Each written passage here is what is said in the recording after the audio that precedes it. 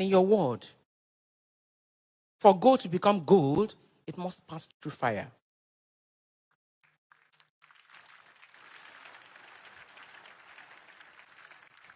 I stand here today to say thank you for choosing me.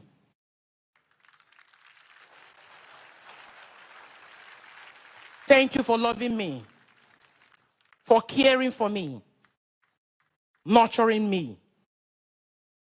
Thank you for being a good father to our children.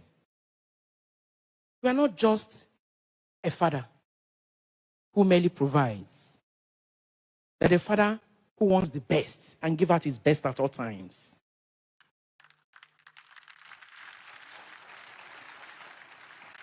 I thank you for shielding me from those who came to our home with ulterior motives. And because you could not give in to their ill desires, they are bent on soiling your noble names. Yet, you were undeterred. I thank you for being you, TBJ, my love. You are unique in every sense. As the man who does not understand the word impossible. He doesn't understand the word impossible. And above all, I thank you for using your life, spending your life on things that will outlive you. We will keep the fire burning. We will keep your dreams alive by God's grace.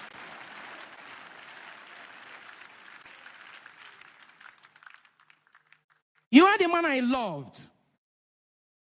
I was proud. And forever, I will be proud to be your wife.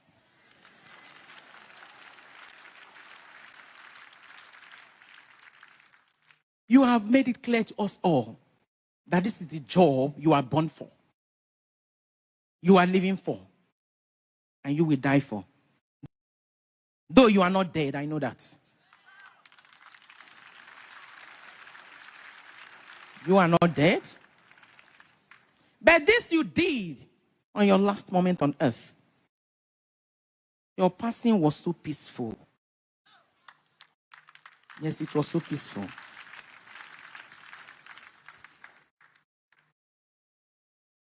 I've crested you forever in my heart. But I know that God Almighty has you for his keeping. Till we meet to part no more. It is very sad. Very, very sad that I, Evelyn, may not be able to see you physically again.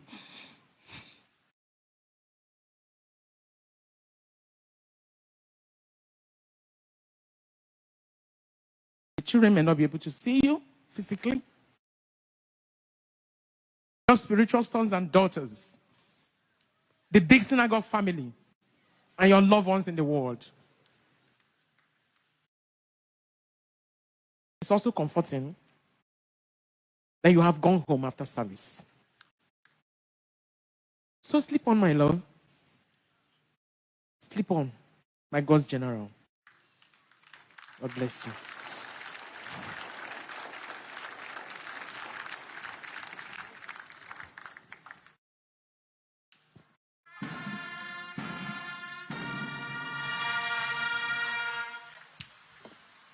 Good morning, everyone. Good morning. I'm so proud of my dad, TB Joshua. Dear Daddy, it's hard to put in words how remarkable a person you are.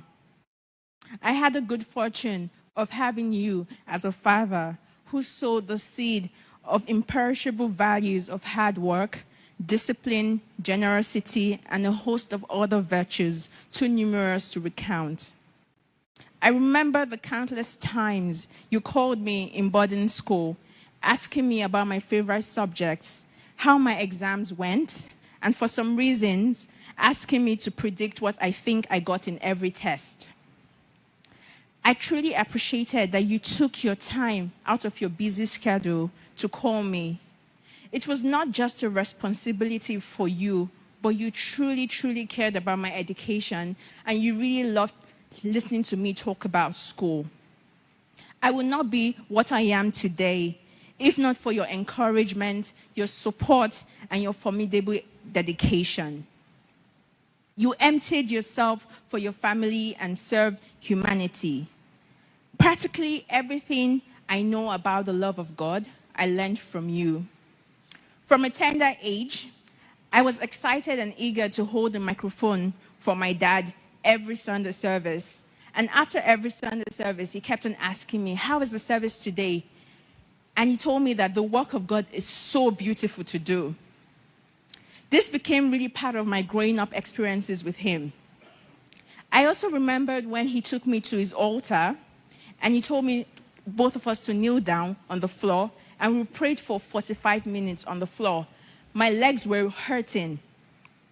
He later told me that the flesh is weak, but the flesh is weak, but the spirit is willing. Indeed, you lived a prayerful life.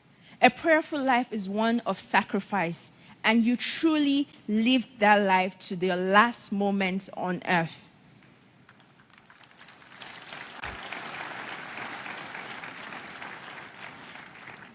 I am in awe of your love and fear of God, and I really truly understood that at a very young age, my dad would give his time, his dedication for this work. I would truly miss your conversations with me on a daily basis about life and moral. Daddy, as it was typical with you, your conversation always retained a sense of humor and mystery. If anyone lived a fulfilling and yet deliberately enigmatic life, it was you. I will truly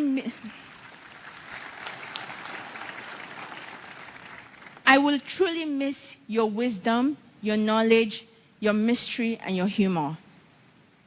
You have lived a life of unwavering commitment to passion and service. I have no reservation to say that my dad had the biggest heart that I know of, and he was a true humanitarian to this generation.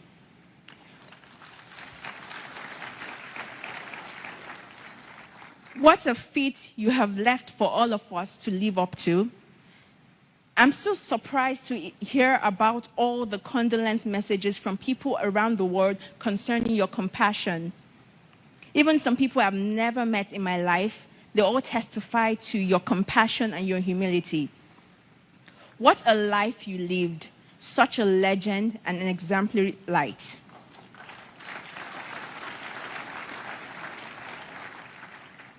I believe that by God's grace and your peculiar sense of time, that while we were not ready, you were fully prepared for the call home.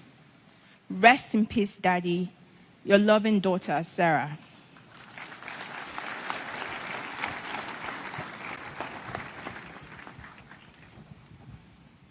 Good morning, everyone. My name is Promise Joshua, and here's my tribute to my dad. As devastated as I was upon hearing about the news of my dad's passing, I can't say that I was completely unprepared for that day. Growing up as a biological daughter to a man like Prophet T.B. Joshua, my dad raised me to understand that he was on a mission in this world. For him, life on earth was spiritual warfare, not a place to get too comfortable like it was home. He essentially lived each day like it was his last, with most of his time spent at his prayer mountain, utterly focused on executing an assignment that only him seemed to be in the know of what the instructions were. Since I became more socially aware and more inquisitive about my dad's life, I realized that the implication of such a lifestyle was that once he was done accomplishing what he was sent for, he will be called back home to the one who sent him. I must say that my dad did an excellent job at preparing me mentally, emotionally, spiritually, and even physically for a moment like this. I remember the conversations we had, particularly last year, when I spent over a year with him at his prayer mountain, right before he eventually released me to pursue my master's. He said to me, "Before I release you, you have to spend nothing less than 6 months with me. Then you can go and do whatever you want to do." I ended up spending over a year with him. I saw him almost every day of that year.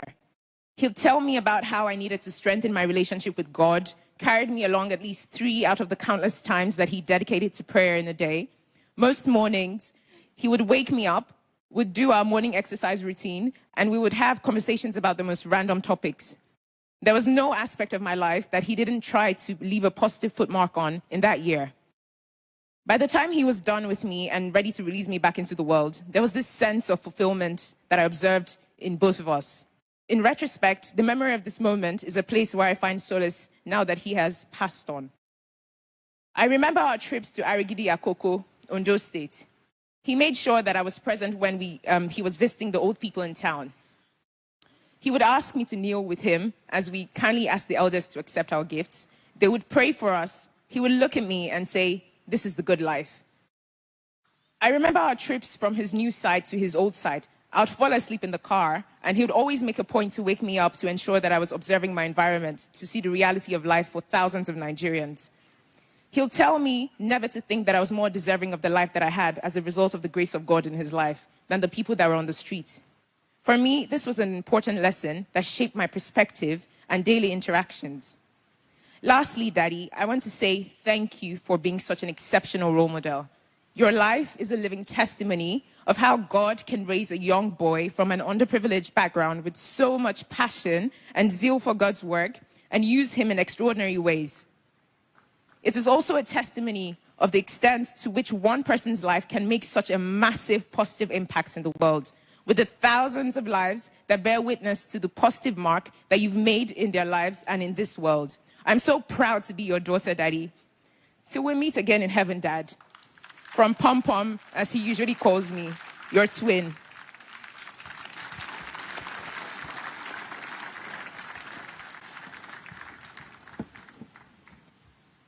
Hello, everyone. I'm Hart. I'm Prophet TB Joshua's daughter, and I would like to start by thanking everyone for coming out and celebrating my father's beautiful life. On that dreadful day, the 5th June 2021, my father, Prophet TB Joshua, departed this world to join his father in heaven, and it hasn't been the same for me again.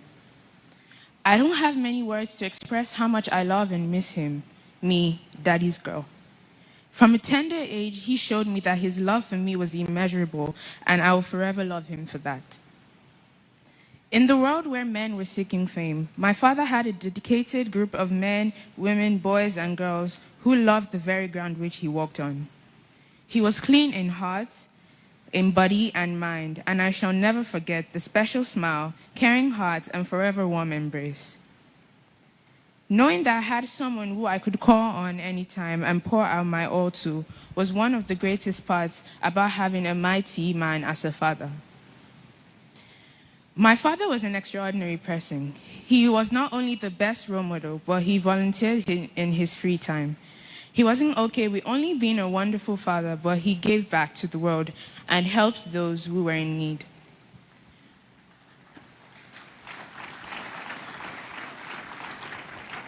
As we may all know, my father's notable feature was his charisma. He could lift any room he walked in with just his presence and a smile. And not only did he apply this in his work as a televangelist and philanthropist, but in his daily life as a father. My father always had a smile on his face regardless of any situation and would never let anything trouble him.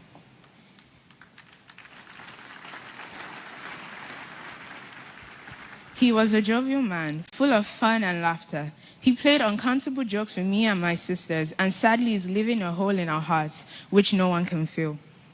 Feet of Jesus on the resurrection morning.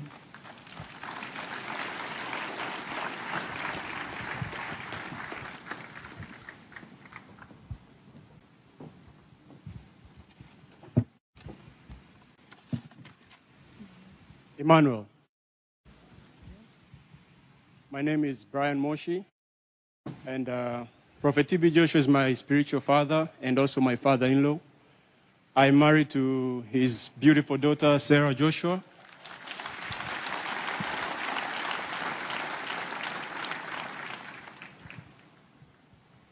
And I have a few words to say in tribute of my father in the Lord.